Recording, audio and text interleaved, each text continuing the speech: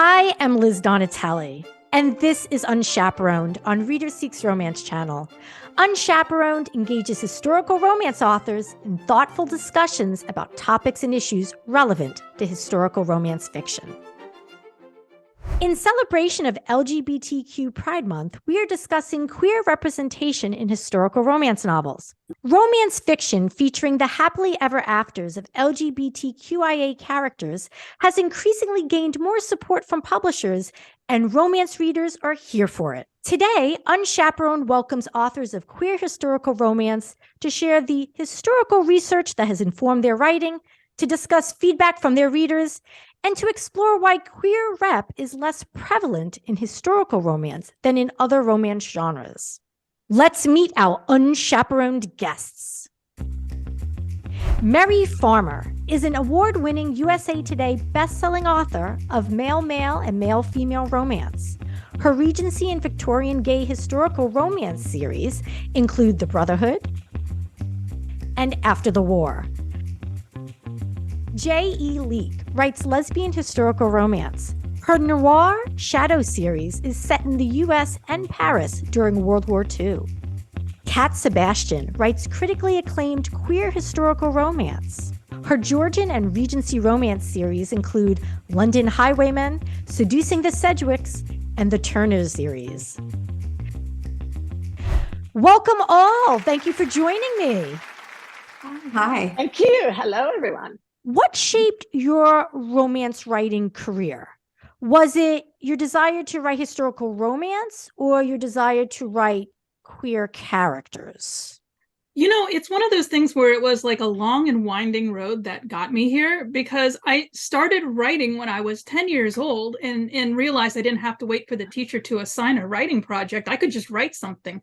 But right from the beginning, they were all love stories. Like right from the start, before I'd even read a romance novel, I wrote romance. And I've actually, even from the beginning of my publishing career, I've included queer characters. And even when I was writing a historical Western series, included an romance at the end of that series back in 2012. And I think the reason for that is because the queer community has always been so supportive of me in a life and in a childhood where things were not always fair and I was not always treated well. The queer community always accepted me and made me feel safe and heard and loved. And I've always wanted to give back to that and highlight it and basically just show people that this is a world that exists, and it's a thriving, happy, exciting, interesting, wonderful world. And I wrote like a couple of romances that I stuck into like a mainstream MF series. And they were so well received that I'm like, no, that's it. This is just what I want to do from now on. So yeah, I'm 95% queer romance at this point. Yeah. J.E., what shaped your romance writing career? Was it historical romance or the chance to write queer characters? The chance to write queer characters, because I wasn't seeing what I wanted to read. You know, I don't mind reading any kind of romance. I don't care. But when it comes to what I wanted to see, I just didn't see it out there. And I was really into the 40s, and I definitely didn't see it out there for that time period. So that's where I put my paddle in. Your day job either was or it currently is working with the antiques. Are those antiques from the 1940s? Is that why you focused on the World War II era? I just always loved the era. Like growing up, I was just like, you know, other kids are out playing whatever. I'm like binging noir films on, you know, the television. So I've just always loved the music and the clothes and everything. And I just kind of fell into my job, you know, as an antiques conservator, and we get all kinds of things. It's not just, I don't do furniture, I do porcelain, figurines and such. So yeah, I mean, we get stuff from everywhere, and I get really excited when it's Wow. so cool. That is cool. And I didn't realize that there is special niches within the antique world that you focus on porcelains. Yeah. I might have some things for you. I might have to visit you next time I'm in New York. Kat, same question for you. What shaped your romance writing career? Desire to write historical romance, or the desire to bring queer characters to life on the page? So I had been toying with the idea of writing something for a while, but my first book is the first thing I ever like finished writing or even came close to finished writing. So I feel, and that's a queer romance. So I feel like that says it all, right? Like I had been just dabbling. Like it didn't even like rise to the level of a hobby until I got the idea to just sort of in some respect put myself on the page. And then it all clicked, it all fell into place as soon as I did that. Nice. Now, do you have a connection to to history? I believe you were a teacher at one point. I was. Okay. Calling it a connection to history would be like, we'd be grasping at straws, right? Okay. So you didn't teach history. I mean, I'm a fan. Like, I'm a fan of historical fiction, and like I think that I imprinted on Sherlock Holmes in the 90s when I was watching the Jeremy Brett version. Okay. And I've always liked history in the I guess like pop history is probably the best way to put it, right? Nothing too rigorous. And I was an English major in college. And so, you know, there's where history bumps up against literature has always been interesting to me. But I don't have any professional, like I have no professional relationship with history at all. And sometimes it shows, but that's okay. I'm going to ask this of you, Mary, because I had interviewed you once before we had a one-on-one interview. And I said that I thought that maybe you were a time traveler. So given the detail, the richness of the detail in your novels. So I was wondering then, is that your connection to history because of your time travel ability? Well, yeah, obviously, you know, and this is like my 200th life. So I'm just remembering things from all of the other ones that have come before. Which I think could actually be, could explain it, really. You know, all religious beliefs aside, I actually do have a theory that I'll hang up someday that is like, I think that writers have lived many, many, many lives and we're just remembering things when we put them into stories. Could be. You never know. But my actual connection to history is that I actually have 2 college degrees in it. So I majored in history once, and I actually went to the University of Central Florida. My cat, I think you live in Florida. Like now. I do. Yeah. I live in Florida now too. I started out like to be a teacher. I ended up going back to get a second degree, which was interdisciplinary in history and education, with the intention of then really taking that teaching thing far. And then my mom died while I was working on all that. Actually, I was working on my master's degree, which is in theater. But I was studying theater from like a historic and academic point of view. So actually anyone who reads my historical romance will find that the theater comes up quite a bit. Well, you know, it's my master's degree at work there. But and then my life just totally took a different direction. So why is it important to you that modern audiences read about queer characters living in a distant past? Something that like I've tried to frame for myself over the past couple of years is like I'm not writing for straight people to get educated about queer history, right? I'm writing for queer people to see themselves in stories. And like for me, it is sort of comforting to be reminded that we've always been here, that we've always found a way. So that's why I'm writing. Sometimes I'm writing from a place of irritation about queer people being erased from history. And when I see that done in a particular way, like sometimes it does sort of give me like an inkling about what the next story is going to be about. I just think it's important that they're represented, period. I don't even care what time period it's in. I just happen to, you know, the 40s is my jam, and that's where I went. And when I wrote it, it wasn't with the intention of, hey, look, there were queer people, you know, back in the 40s doing important stuff. And, you know, it was more, it wasn't even about them being queer.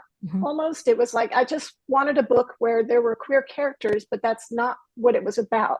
They're just normal people doing normal, Right. extraordinary things. And it didn't matter that they were queer. Like nothing that happens is because they're queer. Right. I just wanted to read about, my people who were loving each other and just going about their business. Right. As we do. The most useful history class that I took in earning my degrees was historiography, which is the study of how history has been interpreted and disseminated throughout history. So it's the history of history. And one thing that really, really annoys me is that there was a deliberate effort on the part of mid-20th century historians to sweep anything that was not straight, white, and Christian under the carpet. And LGBTQ history was obliterated, like Kat was saying. It was like deliberately swept under the carpet. But the fact of the matter is that what a lot of people think of, oh, well, back then, everybody was treated horribly. And back then, if you weren't in the closet, if you came out, you would be put in jail or killed. That's actually not true. That is a fiction that has been invented, and people have believed it so much that they think that was the universal experience.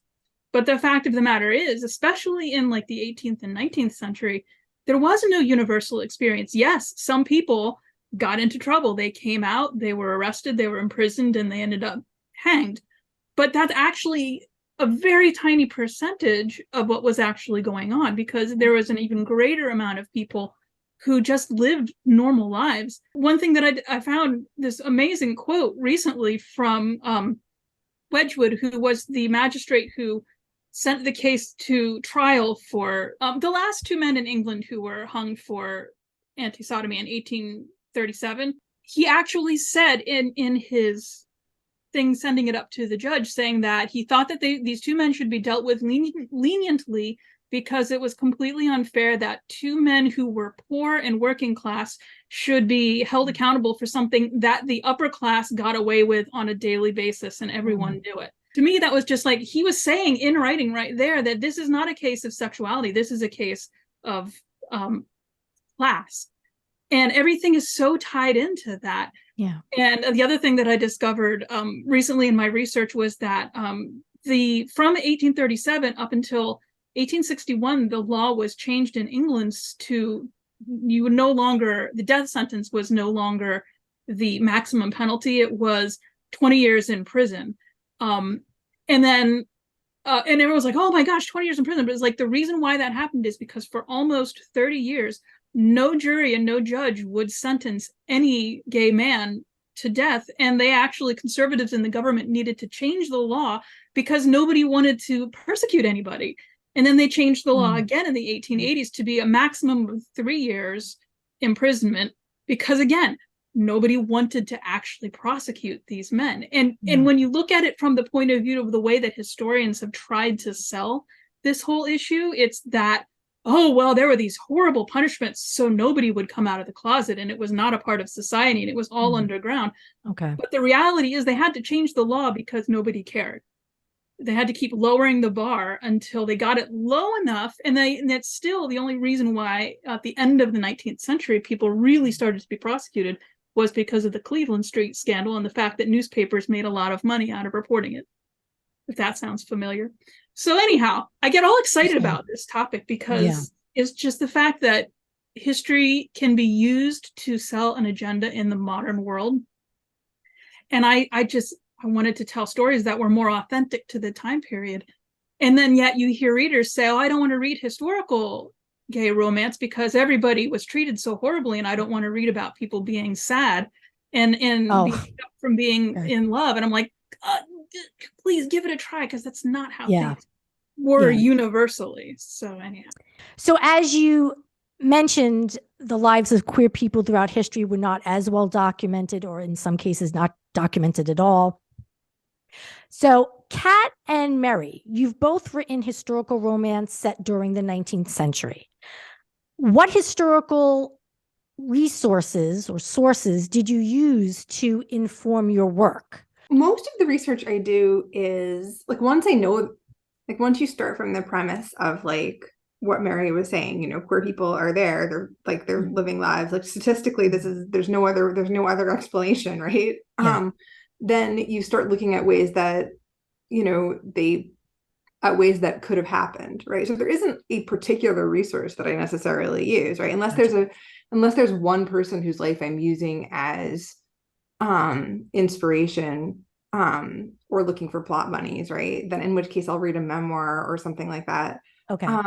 Most of the research I do isn't really related to that. It's more like, what was the menu at coaching in? What was how long did it really take to get from Bath to Cambridge? How fast do horses go? Like it's just the same as with any historical fiction, right? Right. That said, for when I'm researching something more contemporary, there's a wealth of resources, right? Like my last couple of books have been 20th century, and so like there's an abundance of scholarship on queer communities, on like there's a lot of intersectional research. It's and there's a lot of popular history books too. There's like George Chauncey's Gay New York. There's Hugh Ryan's When Brooklyn Was Queer. Yep. That's it. Right. And so like, and that's amazing. And people keep asking me, oh, like, what's your research like now? Like, how does it differ now than when you were writing books set 300 years ago? And that's the big thing, is that I can literally pick up a book and be like, here's a map of where all of the like queer hangouts were. Like and that's wonderful to have that path paved, and also to know that like there's so much. Like I keep like every book, I look at the books that they cite, and then I wind up with like 10 more books, and it's like that is simply not the case when you're researching the 1750s, right? Was there a particularly fascinating fact or story that you came across in your research, whether or not it related to queer communities from back then, or just anything pertaining to history that you were like, wow, that can't get that out of my head. That was bizarre or wildly fascinating? Oh man. So like the one, like I don't know if it's one fact, but I think that like, since I'm thinking a lot about the 50s lately, right? Because like it resonates in a really unfortunate way. And like, you don't ever want to live in a time and be like, this reminds me of the 50s. Like that's not a good sign, right? But I think that that's a period that it's particularly convenient to be like, oh gosh, like all queer people must have gone like deep underground, right? But there are all of these articles in like the New York Times about like this horrible problem of like flagrant homosexuals that are afflicting the nation, and it's like, you can't write about a problem unless the problem exists, right? I mean, like problem in quotation marks. So like, I find that totally fascinating. We have pictures of like people being rounded up in Times Square. And so you get to see what clothing was trendy in that subculture at that time. Right. Like, and it's so all of these articles about like the danger posed by young queer, usually men, but but also women, and also people who probably we would now say were trans, like that, like this was a vibrant community, and it's documented because people were worried about it existing. Just to follow off of what Kat said, there were a couple of books in the 19th century that were, on the surface, they were moralizing books about how wicked, the sins of the cities of the plains was one of them. It's like, it is how wicked that London is, because it is so wicked that you do not want to go to St. James's Park after dark, because you might find somebody who's willing to do this for this price, or this for this price, or you could even go to this street, and it's like, it's a guidebook. It's like a menu. That's what these things were. But if you're a historian who wants to be like, oh, this never happened, and when it did, it was a horrible thing, and everyone was against it, you would take something like that literally. Right. Like, I just saw a meme recently that cracked me up that said, the linguistic difference between horseplay and pony play is why you cannot take things literally from one language or time period and translate it into the other, because it might mean something entirely different. Just uncovering the different layers of, well, on the surface it looks like this, But if you dig down a little bit, like again, with all these anti-sodomy laws in England that were supposed to be the reason why no gay people existed, they're actually the least enforced laws in British history.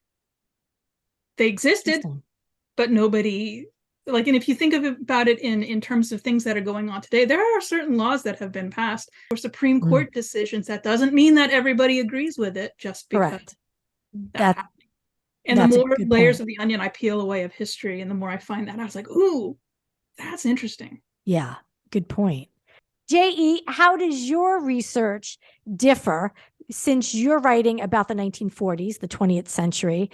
And did you discover anything in your research, whether it be about queer communities or just anything in history that you were like, oh, wow, that's crazy. Can't believe that. I mean, well, in some ways, I have it a little easier because, you know, there is, like Kat was saying, there's a lot of information in, you know, autobiographies and oral histories. And, you know, you, like she said, you can go on the internet and find, you know, where clubs were. You know, I wrote my book in New York City. So, you know, there's just a plethora of information about it. But as far as things that were odd or interesting about the laws, there was a law that you had to have 3 items of clothing that pertained to your gender. Like if you were a female and you didn't have, and you were like caught at a club or whatever, if you didn't have 3 items of female clothing on, you were arrested as being deviant or whatever. So yeah, I was like, oh my God. And that's wow, that was in New York City? That was a law in New York City, or really? Yeah, I mean, it was in New York City. I don't know about anywhere else, but yeah, it was definitely a law. Now I'm like, what? Do you have to draw the line somewhere? So we're going to be like, yep, 3 items. Yep.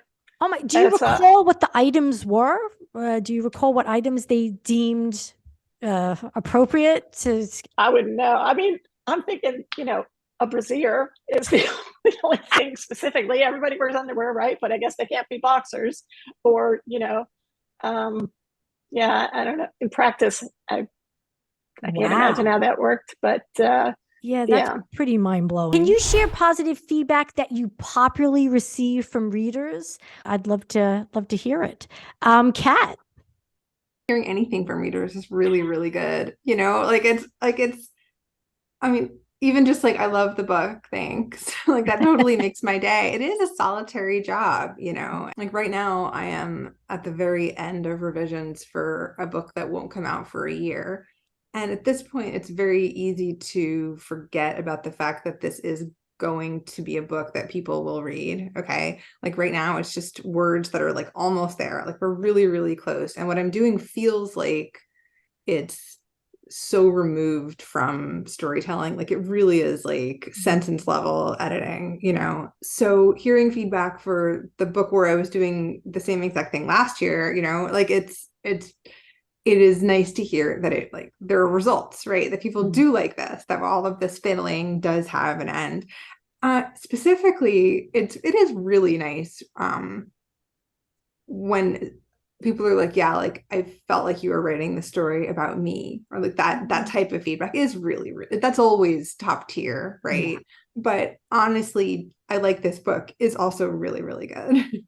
It's funny because I've had people say, you know, I've seen stuff about this book and everybody's like, oh, that's so awesome. But they're like, it's historical fiction. And, you know, it was always so tragic and just so like, oh, I'm just not in the mood for a downer or whatever. But, you know, I gave in to, you know, I don't know, the fear of missing out. And so I picked it up and it was like, wow, it wasn't like that at all. It was like really, it was really awesome. And I've had people say that Catherine, one of my main characters, is like their favorite fictional character ever. And I'm like, seriously? That's like, wow. I mean, that'll put a smile on my face every day. Mary, we're very close with your readership. So yes. you have like an active dialogue with everyone. So what's a popular bit of positive feedback that you receive from your readers? I just the fact that they're interested in continuing to read these books and they're continually asking for more. But I still think that hands down the all-time best comment that I've gotten from a reader. Because again, I started out writing MF romance. And I mean, I started out with historical Westerns, which is pretty conservative audience. And I had one woman who is an older woman who lives in Georgia who she wrote me, sent me an email. She said, I've been reading your books from the very beginning. And when you started writing I was really, really nervous and I didn't know if I wanted to read that. And it was just strange to me, but because it's you and I love your books, I decided to give it a try. And she said, and now I really love it and I'm really hooked. And through reading your books, I have come to understand my gay grandson, and it has helped us to repair our relationship, especially since his parents don't get along with him. And I was like, and that is why we do what we do, because it just to have her say, and suddenly I understand my grandson and it's improved our relationship. That was just like, I printed that one out because that's an email to keep. And it was so touching. But wow, that's fantastic. Is that something that you look at every now and again if you just need like a boost or to, recommit and, I have a cork board on my wall in my office right up there with some of the nice things that my therapist said to do that. Okay. I recommend doing that. Also, I just have to say, as a side note, Kat, I know you're not on Facebook, right? Mm-hmm. I'm not. There is a group on Facebook, the recommendation group, which has got over 18,000 members at this point. And about once a week, somebody says, does anybody know any good historical romance? Without fail, you are one of the first people who gets recommended every single time.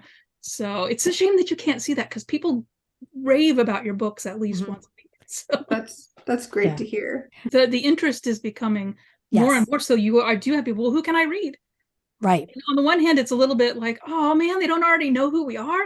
But on the other, like, this is a great opportunity to like, now people want to know who we are.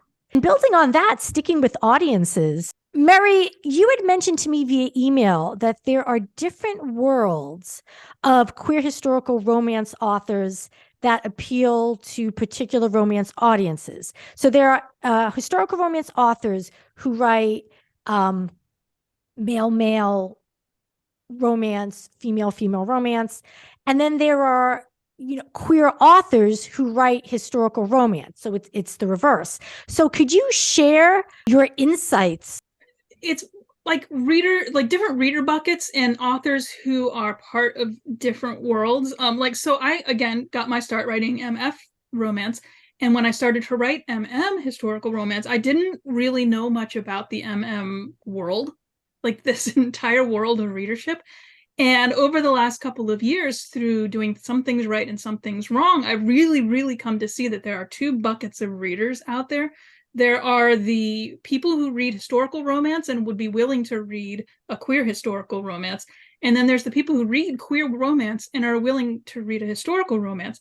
And frankly, the bucket of people who are reading queer romance and would be willing to read a historical is much bigger than the bucket who is reading historical romance and would like to read something queer. It's starting to blur a little bit, but what I've noticed is that the reasons why people are looking for these books and the kind of tropes and the kind of things that they want to read in these books are actually a little bit different. So I've tweaked my writing to write more for the queer audience who would be willing to read a historical now and then. And it's so nuanced and it's so subtle.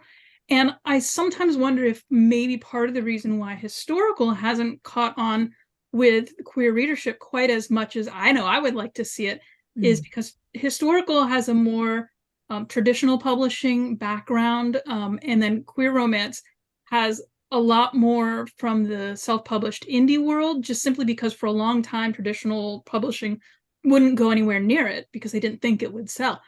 But that's really changing because younger audiences identify more with what is being written by indie authors, frankly.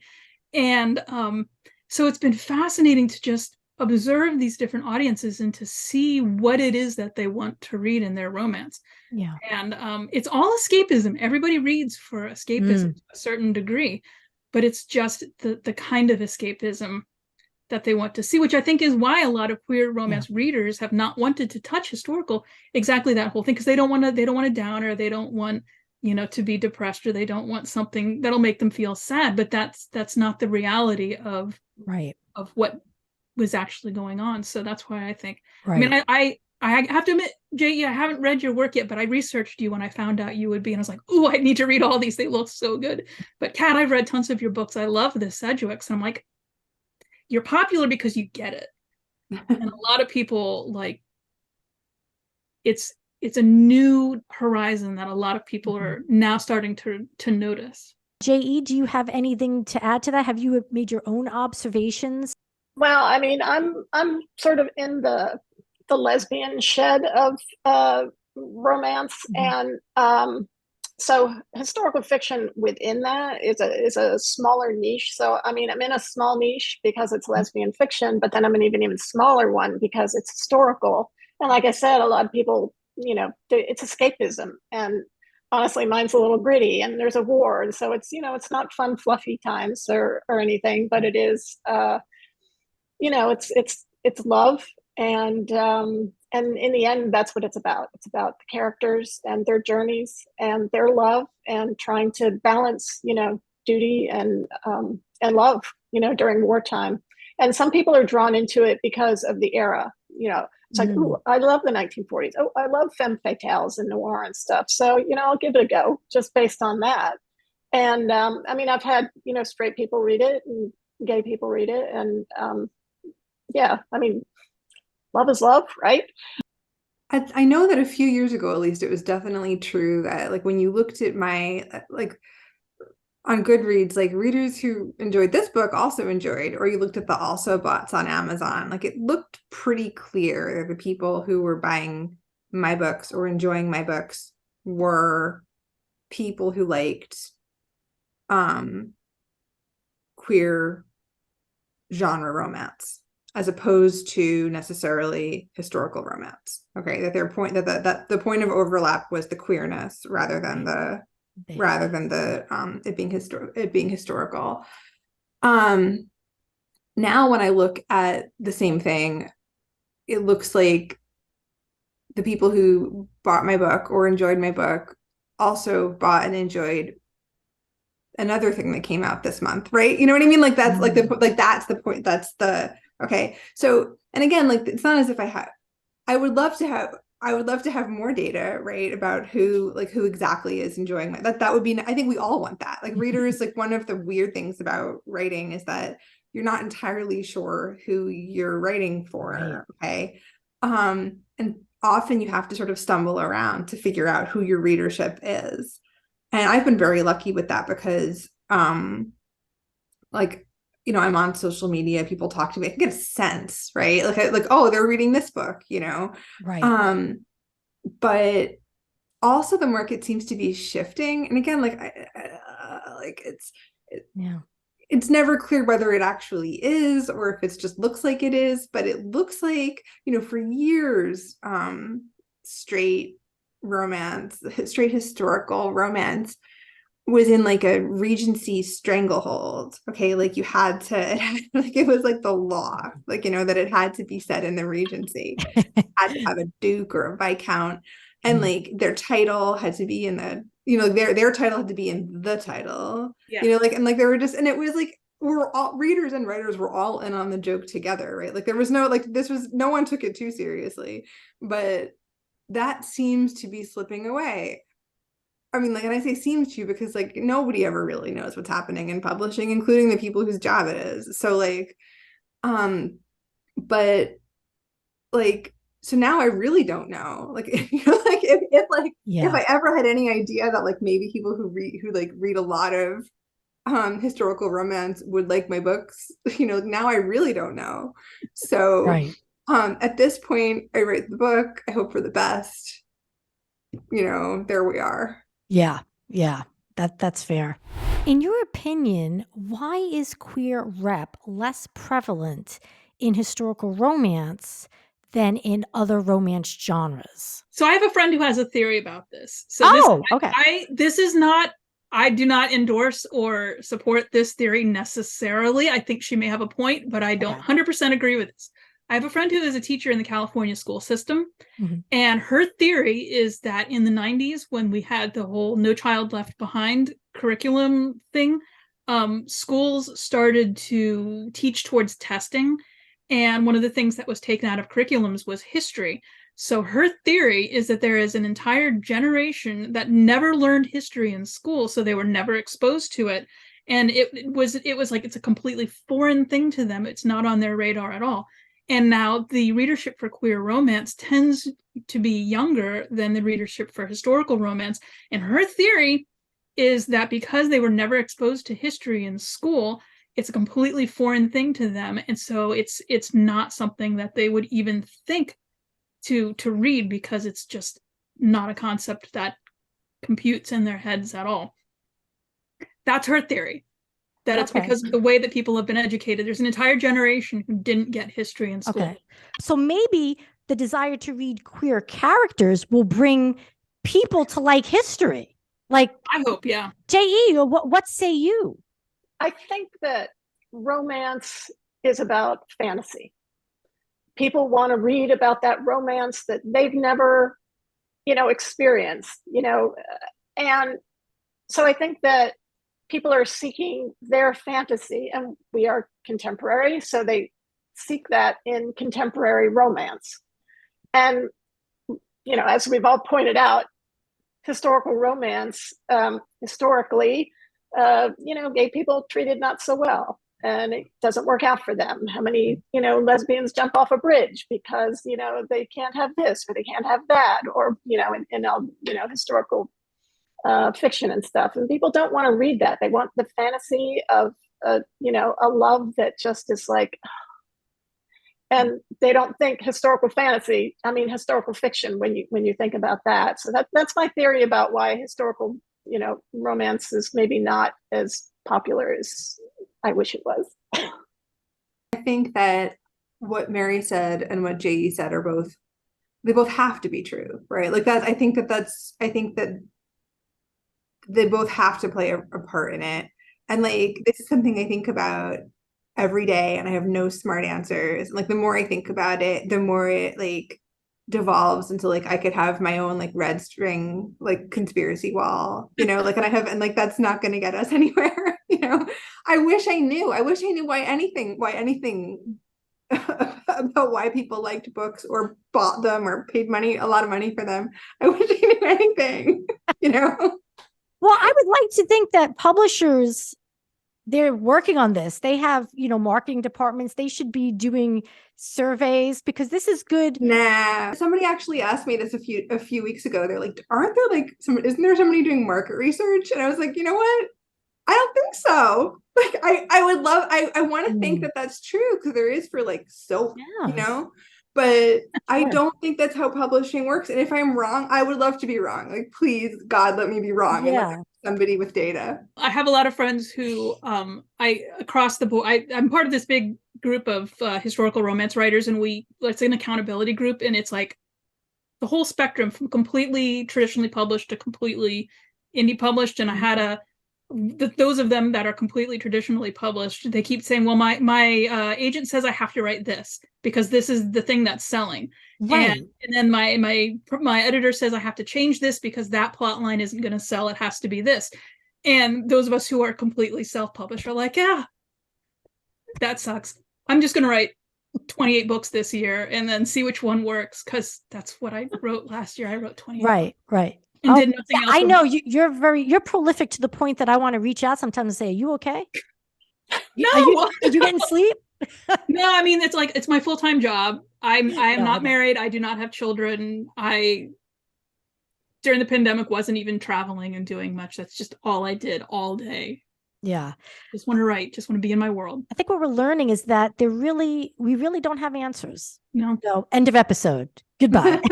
Let's talk about your new releases. Kat, congratulations on the release of We Could Be So Good, which is set in the 1950s. How'd you enjoy that time jump?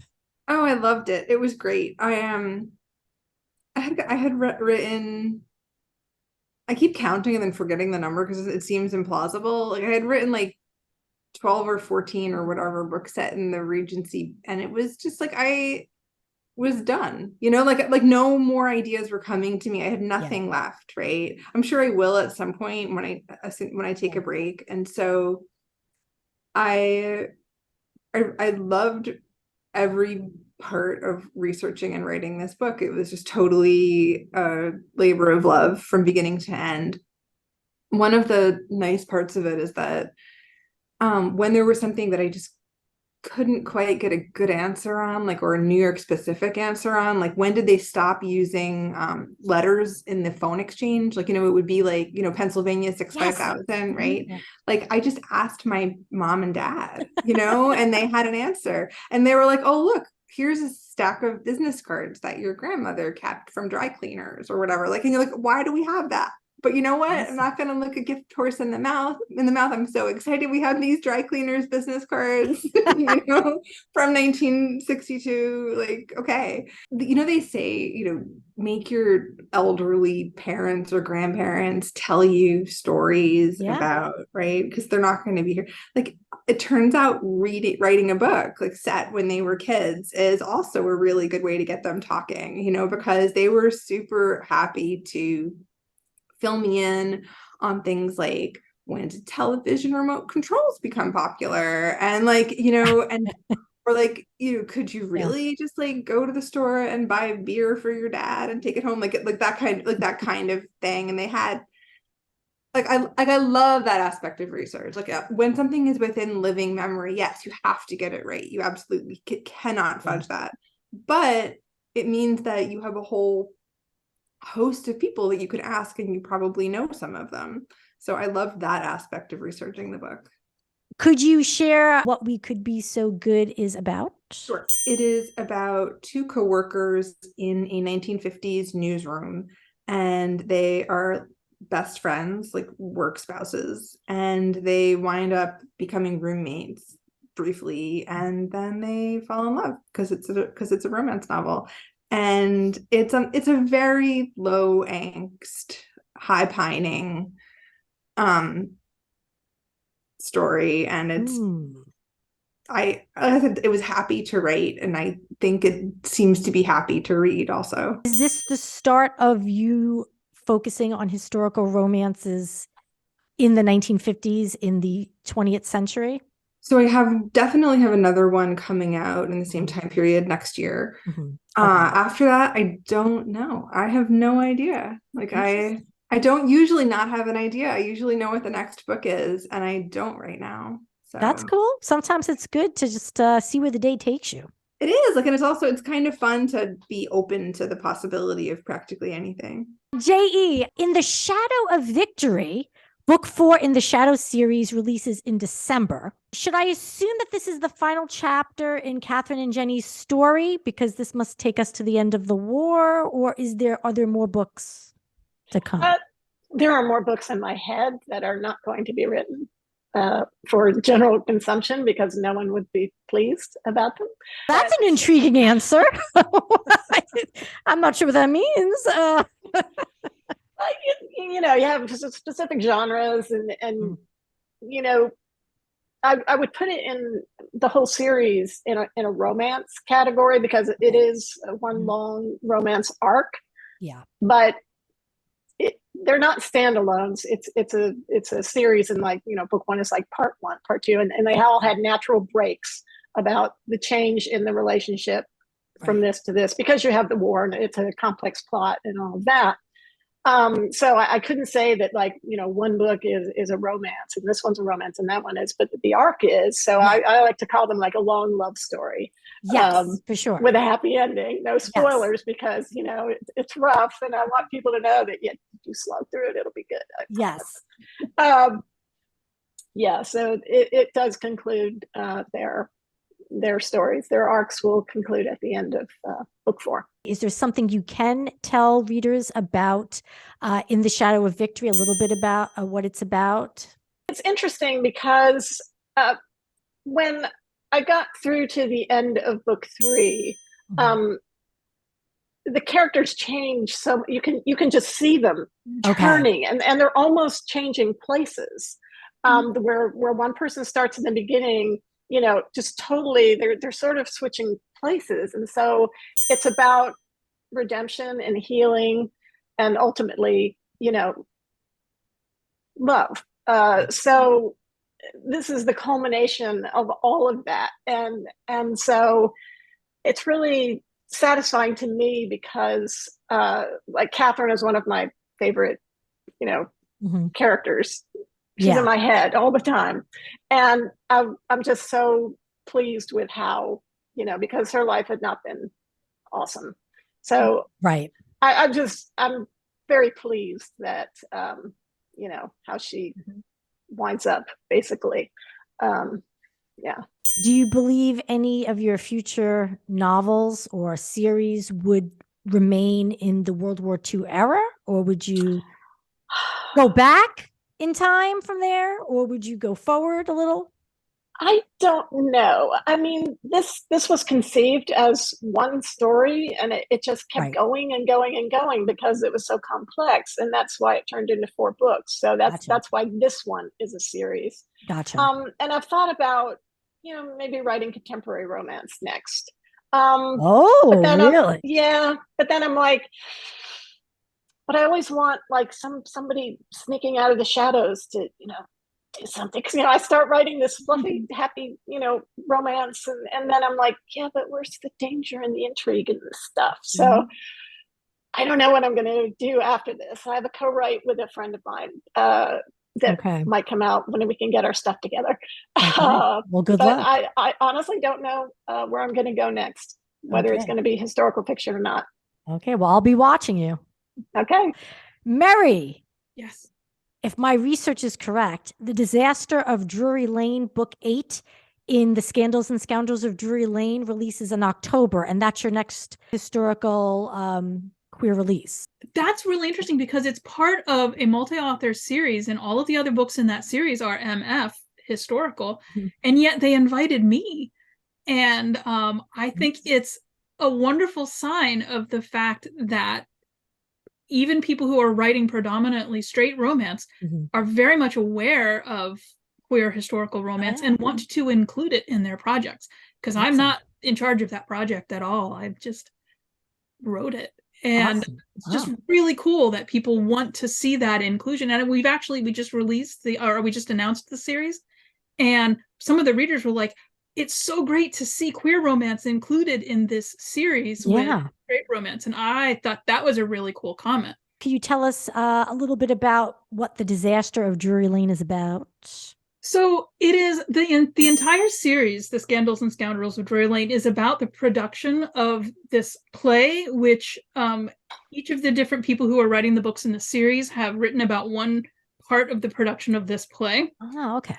I chose opening night for my theme. So it is actually about the opening night performance of the play. But one of my heroes is the stage manager, who Florizel, who a couple nights before opening night, he's at his favorite club and ends up having a wild night of passion with a masked stranger, and like the best they've ever had. And they go their separate ways. And the next day, when he shows up at the theater, one of his friends, let me introduce you to the guy who wants to invest in the show. And it's him. Their anonymous encounter is not quite so anonymous after all. There you go. And during the opening night performance, everything goes wrong. Everything. Well, and a lot of the things that go wrong are based on my own experience of doing theater and the things that have gone wrong, such as somebody repainting the sets the night before opening night. Oh, that's actually happened to me. That's a good move.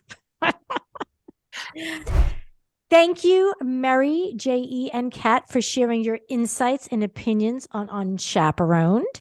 And thank you to our viewing audience. Be sure to subscribe, and we will see you in September after the show's summer hiatus.